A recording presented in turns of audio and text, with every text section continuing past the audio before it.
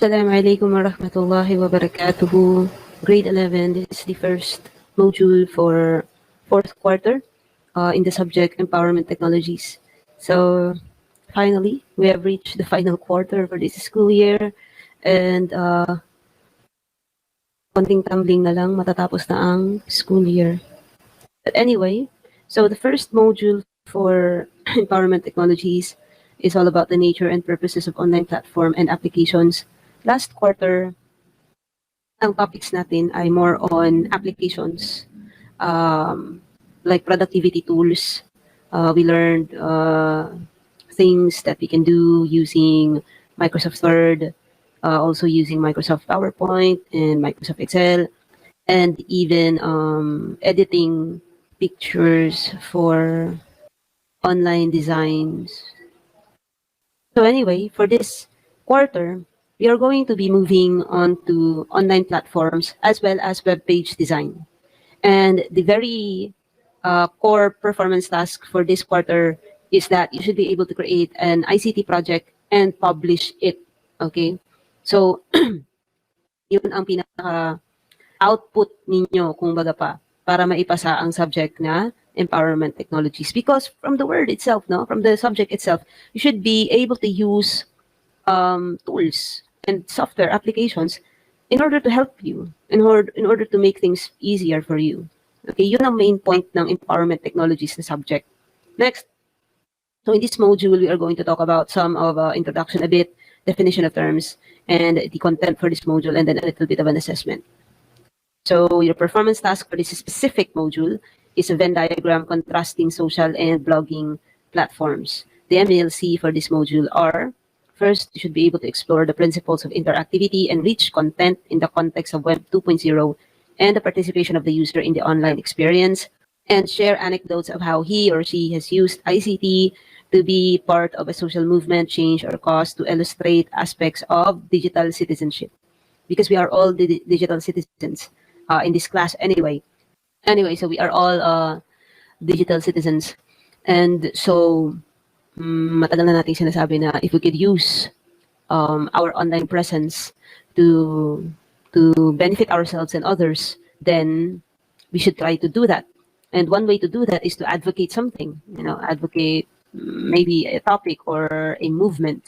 And that is why you're going to try and share anecdotes, small stories, short stories of how different online movement perhaps have changed you. Or have moved you, okay, to change for the better. So some definition of terms that we have to look at. So online platform is technologies that are grouped to be used as a base upon which other applications, processes, or technologies are developed.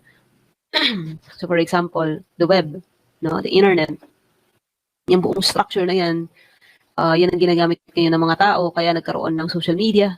Everything that runs through the internet is only possible because the structure of the internet was first and foremost designed and implemented. Hindi magkakaroon ng web pages, hindi magkakaroon ng websites, hindi magkakaroon ng kahit anong ginagamit ninyong website ngayon, be it games, video sharing content, picture sharing content, image, multimedia sharing content. All of these things will not be possible kung hindi na-develop ang internet infrastructure. Okay? So, ang online platform is a technology that runs through the internet and is available through internet. Okay? Ang presentation at saka visualization, communicate information clearly and efficiently via statistical graphics, plots, and information graphics. It is non-textual. Okay? It is non-textual or non-prose. Okay? Ang ibig sabihin kasi ng prose, you write a prose, in English, kung maalala niyo pa ang ibig sabihin ng prose. Diba? It's like a paragraph. Or you write something. So meaning it has words on it. It's text media, no? Pero ang presentation at saka visualization, it has visual elements that are non-prose. Okay? So kaya nga, yun nga, graphics, plots, maps, images, illustrations, yun ang presentation or visualization. In cloud computing naman, the practice of using a network or remote servers hosted on the internet or to store, manage, and process data rather than a local server or a personal computer. We will talk about that later. Social media are computer-mediated tools that allow people, companies, and other organizations to create, share, or exchange information, career interests, ideas, and pictures, videos in virtual communities and networks. The main point of social media is for socialization. And then we have web page creation, encompasses a number of important elements, including color, layout, and overall graphical appearance. Now, this is different from web page or web development. Okay, web page. Okay, later on I will I will differentiate that, inshallah. So file management is just an application online used for storing, naming, sorting, and handling computer files. It is different from your personal computer file management. Okay, ang mapping naman is a web app or an application that is a transformation taking the points of one space into the points of the same or another space, which creates a map. Okay, yan ang ibig sabihin ng mapping. Okay, so moving on, background check. So from all of this stuff that you are seeing, which among these are social media platforms, blogging platforms, and which one is superior? Noon siguro sa kapanahunan namin, mga 2008, 2005 to 2010, yan, no? Clear, or not exactly clear, but we are, blogging and social media have distinct characteristics na hindi mo sila ma-interchange, no? But these days, in the year 2020, around 2015, I think it started around that time. Here in the Philippines anyway, okay? I'm talking about in the context of the Philippines because I'm living in the Philippines. I'm not sure anong year nagsimula yung parang convergence, okay? Yung convergence sa mga first world country. But here in the Philippines, around 2015 to up until now, ang media, ang social media and blogging platforms and all other platforms, for that matter, have intertwined features that is, convergence na siya. Kasi hindi na natin ma-distinguish kung alin dyan ang blogging at alin dyan ang social media because they contain and they offer almost the same features. Pero ano nga ba ang kaibahan nila? So, I am talking about my experience around 2005 to 2010. Okay. So, that time, ang social media for us is Friendster, MySpace, Multiply, chat groups. Yun ang social media platforms before. And blogging sites are somehow are like, you should be talented or skillful or hardworking to create a blog. Kasi content pa lang daan, paggawa mo pa lang ng content, be it an article or a video or a podcast or a simple picture, kailangan ng talent, no, ng skills bago ka makakagawa ng isang blog content. The social media kasi you just socialize with other people. You can talk to other people, you know, yun ang tawag dito, yun ang main point before. So that was the difference. Social media seems easy because you just simply talk with other people. You just simply socialize with other people. Blogging before seems a bit difficult and needs more talent and skills because you are creating your own content. And it's an article in a blog. It's a blog entry. And it has to have that content. You know, like parang kung may-ari ka ng isang publishing company or a, what you call this one, newspaper, kailangan mahusay yung content mo kasi baka walang magbabasa. Diba? So, ganun yung feeling ng paggawa ng blog dati. I was using Blogspot before because I was influenced by my friend. And I created that blog and I made it like an online journal. You know, parang yung mga bagay-bagay na nandoon. Like for example, a book review because I love reading before. So, pag may nabasa akong magandang book, I'll be like reviewing it and then posting the book and then posting some details of the book and then my own what do you call this one, review about the book. And then, you know, some things that I really like about the book, you know, something like that. So that is an entire blog entry. So imagine yun na lang, guys, it was hard to create one or single blog entry before. That is how I said that it's a bit difficult to maintain a blog rather than use a social media platform. That is a Friendster, although may konti rin, kailangan pa nga ng konting HTML knowledge dati sa Friendster eh. Kasi kung marunong ka ng HTML or XML, you'd be like, wow, your what do you call this one, your page is like way awesome, like wow, amazing. Lalo na kung na-edit mo yung layout, hindi ka lang basta-basta gagamit ng predefined sa Friendster. A lot of people will be like, wow, you are so amazing. But nowadays, intertwined na nga, no? Wala na sila masyadong kaibahan because you can also comment on blog. And nowadays, I think yun pa rin yung pinaka-point, no? Ang social media is made for socializing. So meaning interacting with people. Regardless of what it is just interacting with other people. Okay? Ang blogging platforms is that you maintain this blog page and you maintain the posts. And you create posts. Okay? And it takes time to create a post. Okay? Mahirap siya. Okay, yun ang pinaka-main difference nila. Also, the main point of blog is that you don't need to interact with other people, but people come to your page to know about you or to maybe, follow you or to maybe get some knowledge from you. Ganun ang blog. So, which one is superior? It depends. It depends.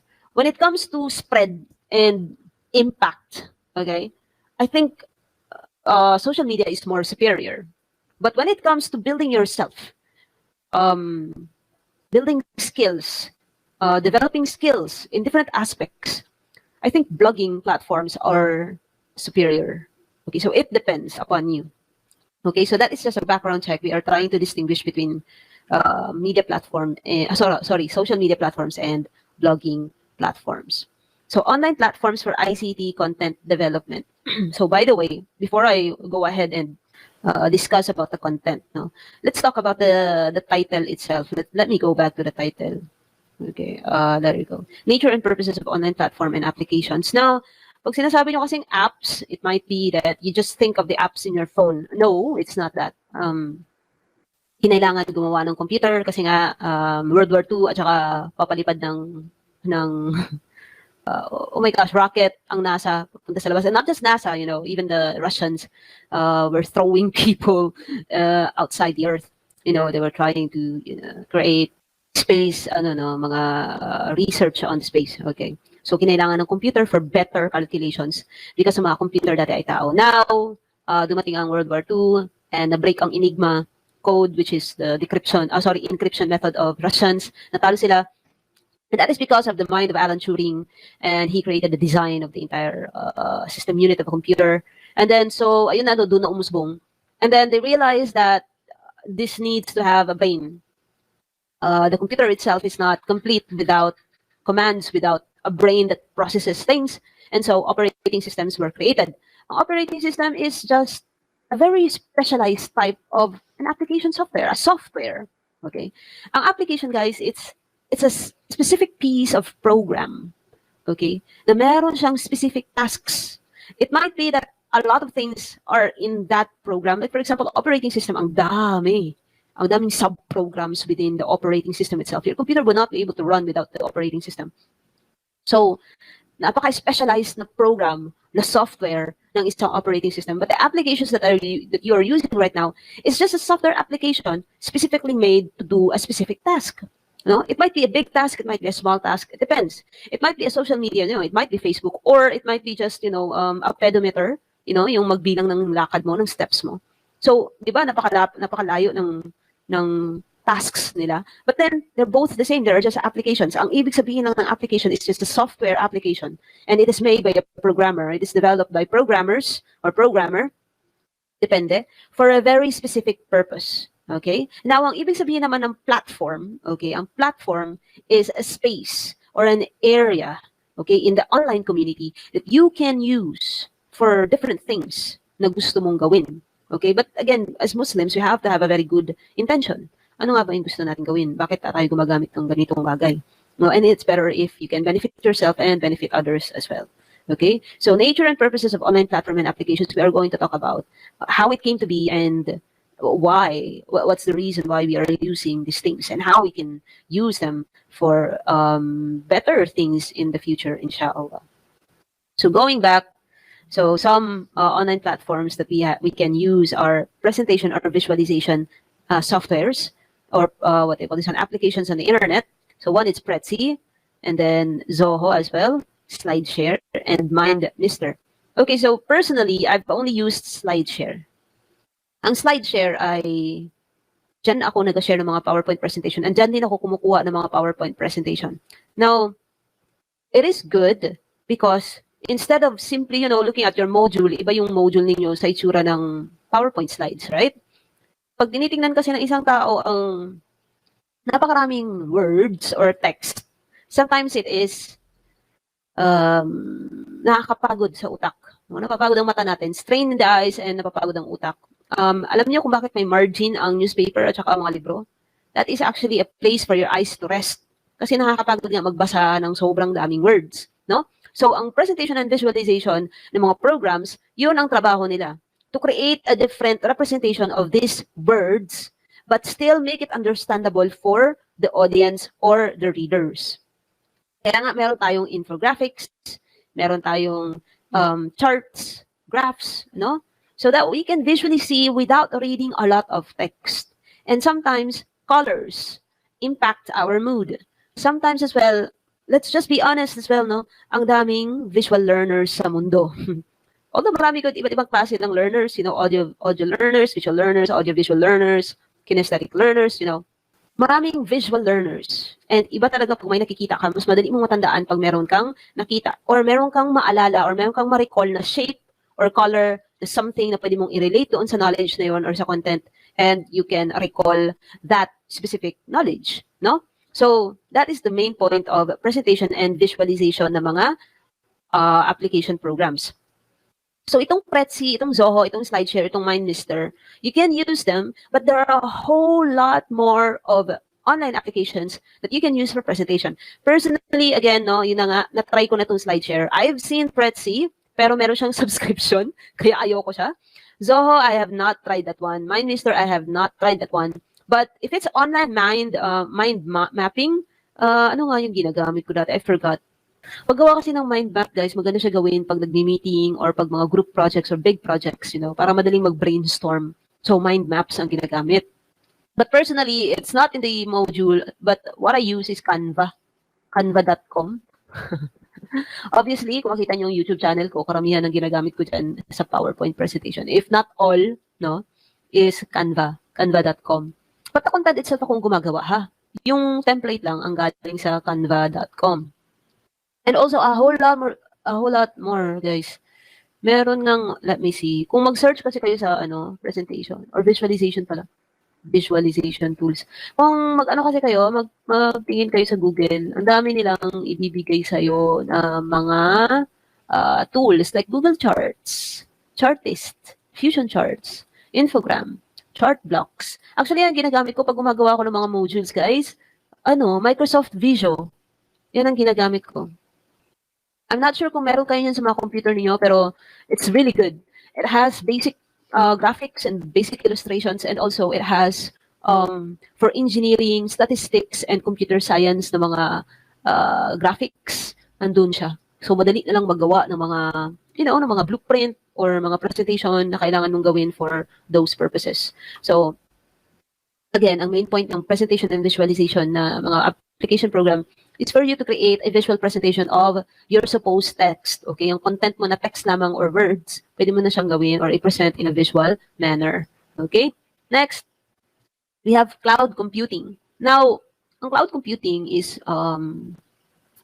ginagamit to siya if you are working in a team and malaki yung project na ginagawa ninyo. And also, you are not in one area. So, you can simply save everything on a cloud, tapos accessible siya sa mga ibang tao.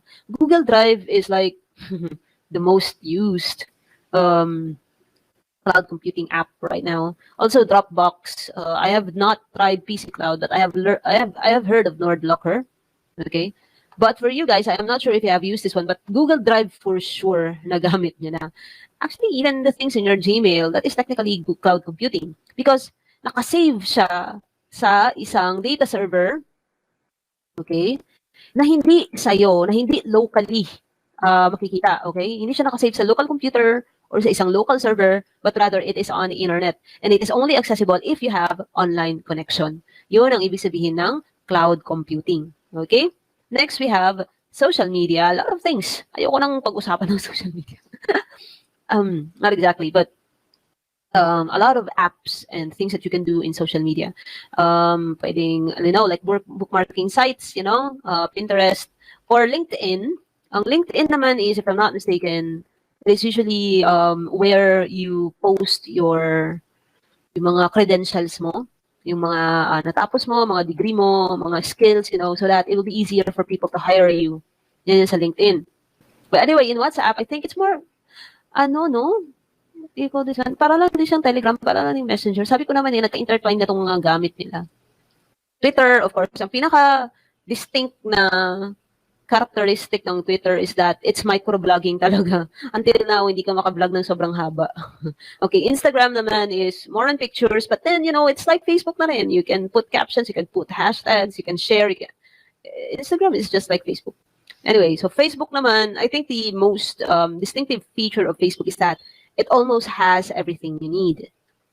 In fairness, merong time dati, around 2011, I can still remember, parang meron ng email feature ang Facebook. I don't know why hindi nila gituloy.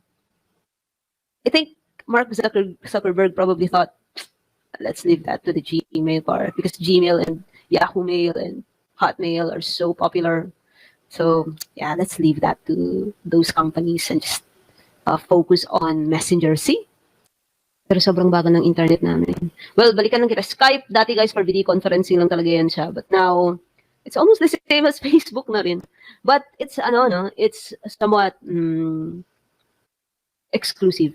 Kasi nga, unlike Facebook na lahat, or hindi naman sa lahat, most of the content is public use. But in Skype, kung sino lang invited, kung sino lang yung may link, yun lang yung kuha ng content. But in fairness, guys, I really prefer Telegram. I like the overall structure of Telegram. Ang ayaw ko lang sa Telegram is that automatically ginasave niya yung mga pictures and all of the data in your phone. Kahit hindi mo siya in-specify na isi-save mo siya, isi-save niya. Or maybe hindi ko na-change yung settings, I'm not sure. Google Plus, there was a time I was really trying to, use Google Plus, but then it is really just like Facebook, so hindi ko na lang siya ginamit. So most of these things, social media, again, this is for socialization, interaction with other people. But they have their own distinctive features. And just like, what do you call this one? Just like all other products that you are using in your life, treat these apps as products, okay, or services. Okay, like for example, pumipili ka ng school, di ba? Kung saan ka mag-aaral. Then do the same with these apps. Learn about them. Try to search what they are for, yung credibility nila, before you use them. Don't just simply use them because it's on trend, it's trending, ginamit ng kaibigan mo and whatnot, no? Try to analyze how you are going to use it and feedback or possible outcome kung paano ka maapektuhan ng mga apps na to. Okay? So, be careful in using any type of social media. Next, webpage creation. Okay. Ito na yung sinabi ko na differentiate ko. Iba ang web development sa webpage creation. Because I have, sorry naman, no? Because I have seen, what do you call this one? Some people say that, hindi mo na kailangan mag-aral ng programming, wala nang kwenta mga computer science students, mga information systems, and IT people, because you can simply create a web page using web page creation apps. Like for example, Wix, Weebly, Webs, Webnode, Jimdo, Sprout Builder, VVT, Synthesite, and a whole lot of other web creation websites for as long as may pera ka. Kung yung iba nga free, you can already have your own site. You can already have your own blog posts and blog site. It's easy. You don't have to learn a 4-year course about this. But the difference between web development and web page creation is that in web development, sila yung gumagawa ng gagamitin ng mga tao. Okay? So, if you're going to delve deeper into that, like, kahit yung command na save, kahit yung command na refresh, what is the entire website going to do pag depress ng user ang refresh? That in itself, ang hirap na nun i-program, guys. So, isipin na lang natin kung ang mga web developers, ganun nakahirap yung trabaho nila. Ano pa kaya yung mga tao na nagawa mismo ng programming language? No, na ginagamit ng mga programmers. Man, they're on a whole nother level. But then, ano na lang ang mga mathematicians and scientists na naggawa ng mga theory na ginagamit ng mga nagagawa ng programming language. Ano na lang sila? Like, really, guys. So what I mean about this is that just because you can create a web page, a web page in online, using web page creation, you cannot simply say that yung mga IT people are nothing, or that, oh my gosh, programmer na ako. You can't. You just can't. Okay. Or maybe it's just my pride na ano. Pero in fairness naman, kaya mong aralin ang programming kung magaling ka at marunong ka talaga sa mga bagay-bagay, and you have that, alam niyo yun, yung sinasabi nila na engineering mind. I'm not sure kung narinig yun na ito, yung engineering mind, yung pag tinitigan mo ang isang bagay, 3D ang nakikita mo. Like, for example, may nakita kang box, hindi lang box ang nakikita mo. Na-imagine mo na kaagad yung front view niya, top view, side view, yung underside niya. And you can already imagine different things about it. The things that it can contain, its dimensions, fluidity, elasticity, yung stress na kaya. Yun ang engineering mind. Now, if you have that engineering mind, you can, parang meron din kasing ganyan sa computer science, sa mga programmer. Yung programmer mind, yung mga developer mind, system administrator mind, yung mga ganun na built-in na sa utak mo ba, na pag nakita mo ang isang web page or isang software application, you already have that thing in your mind that says, ooh, that's a cool feature, that's awesome. Tapos yung pagka-layout ng user interface, you'll be like, that's different. That's good. Somebody thought of that. That kind of thing. I can't explain it, but that engineering mind, kahit hindi ka na mag-aral siguro ng programming courses, but you can learn on your own because there's a whole lot of tutorials in YouTube that you can learn. So maybe, yeah, you can say that you are already a programmer. But the thing is, itong web page creation ng mga websites, most of the things that you can use to design your own web page is predefined. Okay, predetermined. Parang bang andyan na at gagamitin mo na lang. Click, click, click, click, click, click, click, click na lang lahat. Okay? It's very different from web development. If you are a web developer, my gosh, even the dimension of a button, wow, it's really different, guys. I'm sorry. I cannot explain the difference. Unless maybe you see it for yourselves. Anyway, next, file management. Ang mga file management na apps ay ginagamit para manage ng mga files online. But the first two, itong Zamzar at saka Word to PDF, these are for conversion ng files. Ang mga totoong file management systems talaga online are PDF Element for Business, Agiloft, Alfresco One Cabinet, Contentverse, Digital Drawer, and a whole lot more of file management systems. Now, what is this? Something na madali mong makita ang mga files mo online. Napansin niyo yung Google Drive, kung hindi mo siya ayusin na yung ayusin mo good talaga siya on your own, hindi yan siya maayos. Kasi wala siyang features na tulad sa file manager ng Microsoft, ng Windows, na merong tawag dito, merong sorting, merong rename files, although merong rename ang Google Drive. Madami kasing features, like for example, yun na nga, sorting, search, what else? Magawa ng mga folders. Although meron din good sa Google Drive, pero mahihirapan ka. Napaka-manual ng trabaho. Okay? Pero itong mga file management systems na ito online, these are used by businessmen and all of those people because it's easier for them to arrange files online using this type of systems. Okay? So next we have mapping. And mapping are, according to Android Authority, here are the top 10 best GPS apps and navigation apps for Android. So for navigation, depende, no? Pero in fairness, ang Google Maps is like one of the authority. So guys, paano nga ba ito ginagawa? Itong maps. Akala natin, in fairness, most of the time, okay, currently, ang ginagamit na nila pangkuha ng mga points na ilalagay nila or ipoplot nila onto the application are drones, no? So mga kasulok-sulukan ng bundok, taas ng bundok, mga skinita, mga, all other places na hindi maabot ng tao, drones yan, yung mga ginagamit nila. But before, just think of it, before, kasi ang Google Maps, in fairness, meron na dati. So, paano nila yung ginawa?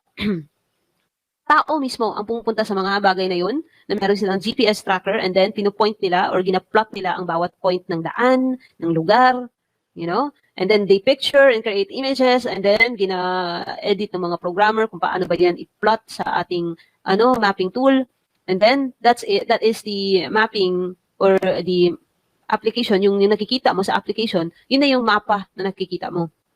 content management system. Meron kang content at kailangan siyang i-manage. Okay, yun ang ibig sabihin ng CMS. Computer application, sometimes online or browser-based, that allows you to publish, edit, and manipulate, organize, and delete web content. CMS is used in blogs, news, websites, and shopping, and a whole lot more. As you can see, Moodle is a type of a CMS. Blackboard din, kung narinig nyo sa mga taga-MCM, Quipper, kung narinig nyo sa mga taga-Davao Doc, if I'm not mistaken, and then Google Classroom. Google Classroom is very specific to be LMS or Learning Management System. But the same thing, you have a content, you can add posts, you can add videos, you can add anything, but specify lang siya as LMS or Learning Management System because the main point of Google Classroom is for learning. Actually, itong Moodle, Blackboard, and Quipper din, no?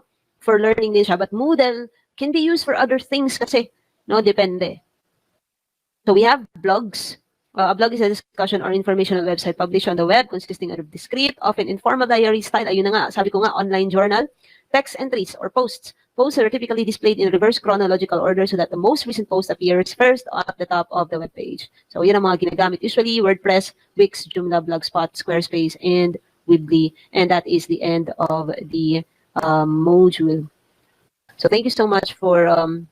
if you're going to watch this video, I will thank you in advance. Subhanakallahumma wa bihamdik. Ashhadu an la ilaha illa ant. Astaghfiruka wa atubu ilaik. Assalamu alaikum wa rahmatullahi wa barakatuhu.